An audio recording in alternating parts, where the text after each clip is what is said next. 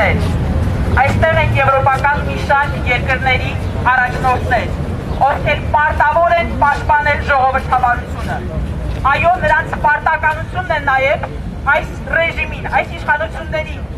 ասել, որ նրանք վնասում են ժողովրդավարությանը Հայաստանում, որովհետև աջակցությունն այս ռեժիմին նաև վնասում է ժողովրդավարության ընկալման ամբողջ աշխարհում,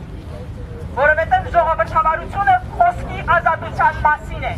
իսկ նրանք ամեն օր սահմանափակում են մեր խոսքը։ Ունենք տասնյակ քաղբանտարկյալներ, այդ թվում արքեպիսկոպոսներ և լրագրողներ։ Ժողովրդավարությունը մարդու իրավունքների և ազատությունների մասին է, իսկ նրանք ամեն օր հորինում են օրենքներ, սահմանափակելու մեր իրավունքները։ Նրանք ոչ միայն հրաժարվում են պաշտպանել 100 հազարավոր արցախցիների իրավունքները, այլև խոչընդոտում են այդ իրավունքների իրացմանը։ Ամոթ!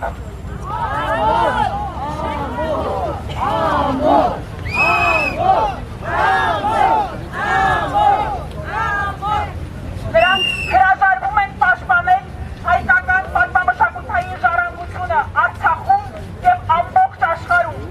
Նրանք հանդգնում են սպառնալ սեփական ժողովրդին պատերազմով։ Ամոթ!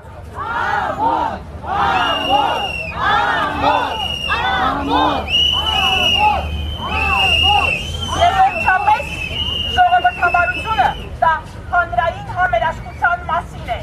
իսկ նրանք ամեն օր պառակտում և ատելություն են քարոզում։ Նիկոլ Փաշինյանը, իր ամբողջ թիմը, ամբողջ պրոիշխանական մամուլը, օրական ռեժիմով ատելություն է քարոզում 100 հազարավոր արցախցիների նկատմամբ, ովքեր արդեն խոցելի են իրենց կարգավիճակով։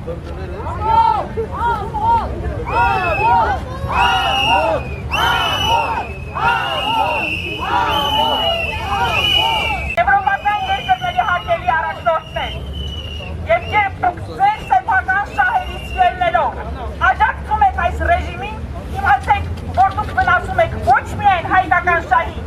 ոչ միայն Հայաստանի Հանրապետության քաղաքացուն, այլև